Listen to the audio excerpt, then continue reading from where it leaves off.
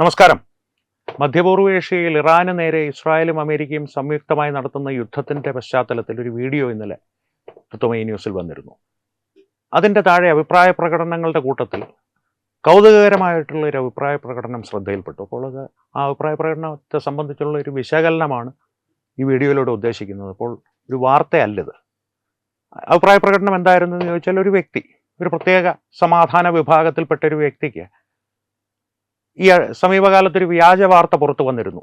RSSനെയും RANDWയെയും, അതായത് റോയെയും അമേരിക്ക നിരോധിക്കാൻ പോവുകയാണ്. അതിനെ സംബന്ധിച്ചുള്ള ഒരു വളരെ സന്തോഷ പ്രകടനം നടത്തി തുള്ളിച്ചാടുന്നത് പോലുള്ള ഒരു അഭിപ്രായ പ്രകടനം. അപ്പോൾ അത് വ്യാജ വാർത്തയാണ്. അതിൻ്റെ പശ്ചാത്തലം എന്താണ്? അത് ഒരു റിപ്പോർട്ട് അമേരിക്കയിൽ സമർപ്പിക്കപ്പെട്ട ആ മനുഷ്യാവകാശ ഏജൻസിയുടെ സാങ്കത്യം എന്താണ്, അതിൻ്റെ ഒരു പ്രസക്തി എന്താണെന്നുള്ളതിനെ സംബന്ധിച്ച് RP വളരെ വിശദമായി തന്നെ RP തോട്ട്സിൽ ഒരു വീഡിയോ അവതരിപ്പിച്ചിരുന്നു. അത് പ്രേക്ഷകരൊന്ന് കണ്ടു നോക്കുക. അപ്പോൾ അതൊരു വ്യാജ വാർത്തയാണ് എന്ന് തന്നെ നമുക്ക് കണക്കാക്കാം. അതൊരു വശത്തേക്ക് നിൽക്കട്ടെ. തൽക്കാലം ഇതൊരു സത്യമായ ഒരു വാർത്തയാണെന്ന് തന്നെ നമുക്കങ്ങ് വിശ്വസിക്കാം. അങ്ങനെയാണെങ്കിൽ തന്നെ ഇതിൻ്റെ ഈ സന്തോഷ പ്രകടനത്തിൻ്റെ ഒരു പശ്ചാത്തലമോ അല്ലെങ്കിൽ അത്തരമൊരു സന്തോഷ പ്രകടനം നടത്തുന്ന ഒരു വ്യക്തിയുടെ മനോനിലയോ ഒന്ന് പരിശോധിക്കേണ്ടത് അത്യാവശ്യമാണ്. കാരണം എന്ന് വെച്ച് കഴിഞ്ഞാൽ, ഇപ്പോൾ RSSന് നിരോധിക്കുന്നു, അല്ലെങ്കിൽ ലോകരാജ്യങ്ങളിൽ ഏതെങ്കിലും ഒന്ന്, അല്ലെങ്കിൽ ലോകരാജ്യങ്ങൾ മുഴുവനും ഒന്നാകെ RSSനെ നിരോധിക്കുന്നു. ഇത് സംബന്ധിച്ചൊരു വ്യക്തിക്ക് സന്തോഷമുണ്ടാവുക അത്ര പ്രശ്നമുള്ളൊരു വിഷയമായിട്ട് എനിക്ക് തോന്നുന്നില്ല. കാരണം എന്ന് വെച്ച് കഴിഞ്ഞാൽ, രാഷ്ട്രീയപരമായിട്ടോ ആശയപരമായിട്ടോ അഭിപ്രായ വ്യത്യാസങ്ങളുള്ള ഒരു സംഘടനയെ ഇത്തരത്തിൽ നിരോധിക്കുന്നു, അല്ലെങ്കിൽ അത്തരമൊരു സംഘടന നിരോധിക്കപ്പെടുന്നു എന്ന് കേൾക്കുമ്പോൾ സന്തോഷമുണ്ടാവുക സ്വാഭാവികം മാത്രമാണ്. അത് അത്ര പ്രശ്നമുള്ളൊരു മനോനിലയായിട്ട് എനിക്ക് തോന്നുന്നില്ല. പക്ഷേ ഇതിൽ പ്രശ്നമുള്ളത് RANDW റോ, അത് ഭാരതത്തിൻ്റെ രഹസ്യാന്വേഷണ വിഭാഗമാണ്. അത്തരത്തിലൊരു നീക്കം ഭാരതത്തിൻ്റെ രഹസ്യാന്വേഷണ വിഭാഗത്തിന് നേരെ സത്യത്തിൽ നടക്കുകയാണെങ്കിൽ, നടക്കുന്നില്ല എന്നുള്ള വസ്തുത നമുക്ക് തൽക്കാലത്തേക്കൊന്ന് മാറ്റിവെക്കാം, നടക്കുന്നു എന്ന് തന്നെ നമുക്കങ്ങ് അസ്യൂം ചെയ്യാം, അല്ലെങ്കിൽ ഒരു വാദത്തിന് വേണ്ടി നമുക്കങ്ങ് സമ്മതിക്കാം നടക്കുന്നുണ്ട് എന്നുള്ളത്. ഇത്തരത്തിലുള്ളൊരു നീക്കം ഭാരതത്തിൻ്റെ രഹസ്യാന്വേഷണ വിഭാഗത്തിന് നേരെ നടക്കുകയാണെങ്കിൽ, ഭാരതത്തിൻ്റെ പൗരനായി ഇരുന്നു കൊണ്ട് ഒരാൾക്ക് ഇതിൽ സന്തോഷിക്കുവാൻ സാധിക്കുന്നത് വളരെ അപകടകരമായൊരു മനോനിലയാണ്. RSSനെ വിട്ടേക്കൂ, RANDW ആണ് ഇവിടെ വിഷയം. ഇതിനെ നിരോധിക്കാൻ പോവുകയാണ് എന്നുള്ളതിൽ സന്തോഷിച്ച് കൈയടിച്ച് തുള്ളിച്ചാടുന്ന ഒരു സമാധാനക്കാരൻ ഭാരതത്തിൻ്റെ ആന്തരിക സുരക്ഷയ്ക്ക് ഏതെങ്കിലും തരത്തിൽ ഏതെങ്കിലും ഒരു കാലത്ത് പ്രശ്നമാകും, അല്ലെങ്കിൽ അപകടകരമായ രീതിയിൽ പ്രവർത്തിക്കുവാൻ സാധ്യതയുള്ള ഒരു പൊട്ടൻഷ്യൽ ടെററിസ്റ്റ് ആണെന്നുള്ള കാര്യത്തിൽ സംശയമേ വേണ്ട. ഞാൻ പലപ്പോഴും ആവർത്തിച്ച് പൊളിറ്റിക്കൽ കറക്റ്റ്നെസ് എല്ലാം മാറ്റിവെച്ച് പറയുന്നൊരു കാര്യമാണ്, ഈ സമാധാനത്തിൽ മൃദു സമാധാനം, തീവ്ര സമാധാനം, അതായത് മോഡറേറ്റ്, റാഡിക്കൽ, ഈ രണ്ട് വിഭാഗമില്ല. റാഡിക്കലായിട്ട് പ്രവർത്തിക്കുന്ന ഭീകരവാദികൾ, അതിനെ മൗനമായി പിന്താങ്ങുന്ന മൃദുവാദികൾ എന്ന മുഖം മൂടി അണിഞ്ഞവർ, ഈ രണ്ട് വിഭാഗം മാത്രമേ അതിലുള്ളൂ. ഈ തീവ്രമായി പ്രവർത്തിക്കുന്നവരുടെ എണ്ണം തുലോം കുറവാണ്. മൗനമായി അവരെ പിന്താങ്ങുന്നവരുടെ എണ്ണം വളരെ വലുതാണ്. 10,000 ഭീകരവാദികളുണ്ടെങ്കിൽ അവരെ മൗനമായി പിന്താങ്ങി അവർക്ക് വേണ്ട സഹായ സഹകരണങ്ങളെല്ലാം ചെയ്തു കൊടുത്ത് വേണ്ട രീതിയിൽ അവർക്ക് പശ്ചാത്തലമൊരുക്കി കൊടുക്കുന്ന ഒരു വിഭാഗമെന്ന് പറയുന്നത് 10,000 ഭീകരവാദികൾക്ക് 10 ലക്ഷം സമാധാനവാദികൾ, മൃദുത്വത്തിൻ്റെ മുഖം മൂടി അണിഞ്ഞ, മൃദുഭാവത്തിൻ്റെ മുഖം മൂടി അണിഞ്ഞ ഒരു വിഭാഗമുണ്ട്. ഇത്രയേ ഉള്ളൂ അതിൽ. അല്ലാതെ മോഡറേറ്റ്, റാഡിക്കൽ അങ്ങനൊരു വേർതിരിവ് ഇതിലില്ല.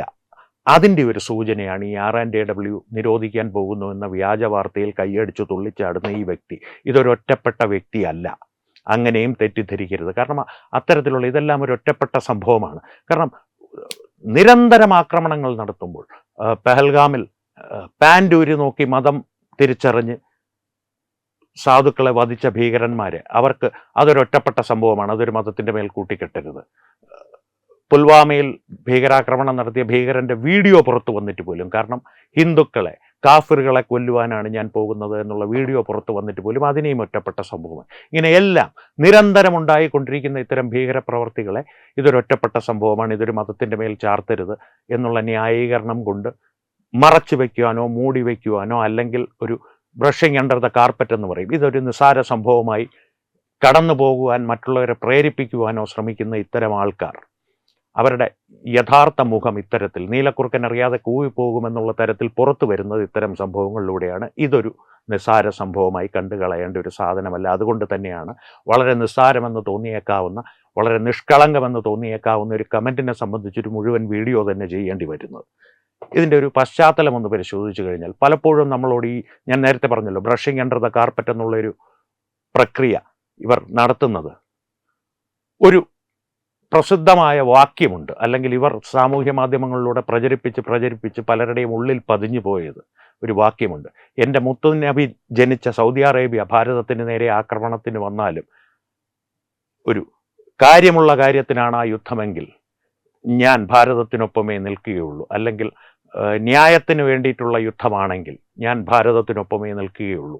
ഇവിടെ ഈ സൗദി അറേബ്യ, മുത്തുനബി ജനിച്ച സ്ഥലം, ഭാരതം, ഇതൊന്നുമല്ല പ്രസക്തം. ഇവരൊരു കണ്ടീഷൻ സപ്ലൈ പോലെ കാര്യമുള്ള കാര്യത്തിനാണ് അല്ലെങ്കിൽ ന്യായമുള്ള യുദ്ധത്തിനാണ് ഈ പശ്ചാത്തലം ഒരുങ്ങുന്നതെങ്കിൽ ഞാൻ ഭാരതത്തിനൊപ്പമേ നിൽക്കുകയുള്ളൂ. ഈ ന്യായാന്യായങ്ങൾ ആര് തീരുമാനിക്കും? ഭാരതത്തിൻ്റെ ഭരണഘടനയാണോ, അല്ലെങ്കിൽ ഭാരതത്തോടുള്ള രാജ്യസ്നേഹമാണോ? അല്ല, മതം തീരുമാനിക്കും ന്യായം എന്താണ് എന്നുള്ളത്. ആ ഒരു കണ്ടീഷൻ സപ്ലൈയിലാണ് ചതി ഒളിഞ്ഞിരിക്കുന്നത്. അവിടെ മുതൽ തുടങ്ങുന്നു ഇതിനെ മറച്ചു വയ്ക്കുവാനുള്ള ഇത്തരത്തിലുള്ള ഒരു ഭീകര പ്രവണതയെ അല്ലെങ്കിൽ ഭീകര പ്രവർത്തനത്തെ നിശബ്ദമായി പിന്താങ്ങി അതിനുള്ള പശ്ചാത്തലം കാര്യമായി ഒരുക്കി കൊടുക്കുന്ന ഒരു നിശബ്ദ സമൂഹത്തിൻ്റെ നിഗൂഢമായിട്ടുള്ള നീക്കങ്ങൾ. അത്തരത്തിലുള്ള നീക്കങ്ങളുടെ ഏറ്റവും പുറമേയുള്ള മുഖങ്ങൾ മാത്രമാണ് ഇത്തരം കമൻറ്റുകളിലൂടെ, അഭിപ്രായ പ്രകടനങ്ങളിലൂടെ പുറത്തു വരുന്നത്. അല്ലെങ്കിൽ വീണ്ടും ഒന്ന് ആലോചിച്ച് നോക്കൂ,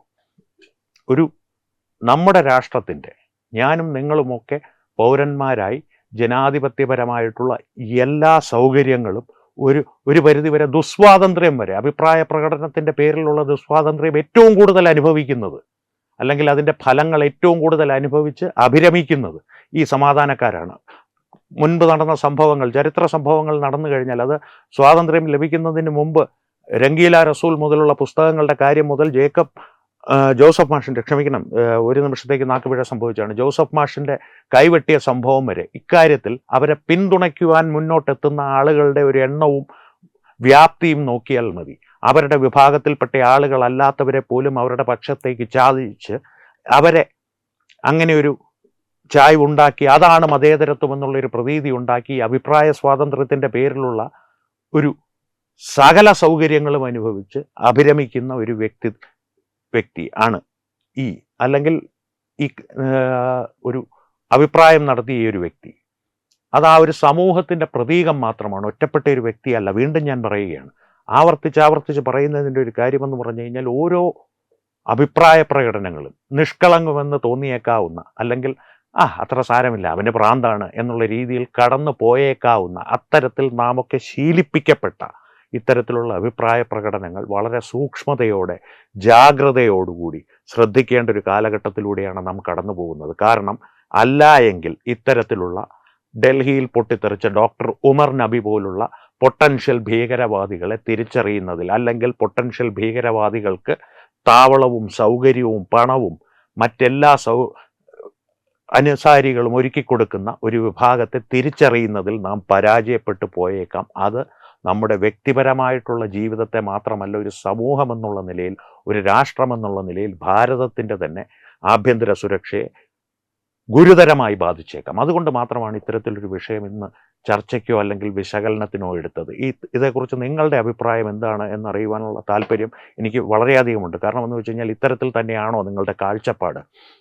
ഈ ഒരു രീതിയിൽ തന്നെയാണോ നിങ്ങൾ ആളുകൾ കാണുന്നത്? അല്ലെങ്കിൽ നാം വർഷങ്ങളായി അല്ലെങ്കിൽ തലമുറകളായി ഭാരതത്തിലെ ജനങ്ങളെ ഒരു മതേതരത്വം എന്ന ഒരു മയക്കുമരുന്ന് നൽകി ശീലിപ്പിച്ചെടുത്തതുപോലെ ഇതിനെയൊക്കെ നിസ്സാരവൽക്കരിച്ച് കടന്നു പോകുവാനുള്ളൊരു ത്വരയാണോ, അല്ലെങ്കിൽ ഒരു ഇൻസ്റ്റിങ്ക്റ്റ് ആണോ നമ്മുടെ മനസ്സിലുണ്ടാകുന്നത്, നിങ്ങളുടെ മനസ്സിലുണ്ടാകുന്നത് എന്നറിയുവാൻ എനിക്ക് താല്പര്യമുണ്ട്. നിങ്ങളുടെ അഭിപ്രായങ്ങൾ കമൻറ്റുകളിൽ രേഖപ്പെടുത്തുക.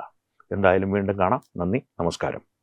HIV അണുബാധ സന്തോഷപൂർണമായ ഒരു ജീവിതത്തിന് തടസ്സമല്ല. HIV അണുബാധയ്ക്ക് ഫലപ്രദമായ ചികിത്സ ഇന്ന് ലഭ്യമാണ്. ഇതിന് യഥാസമയം അണുബാധ കണ്ടെത്തുന്നതും കാലേക്കൂട്ടി ചികിത്സ നടത്തേണ്ടതും അത്യാവശ്യമാണ്.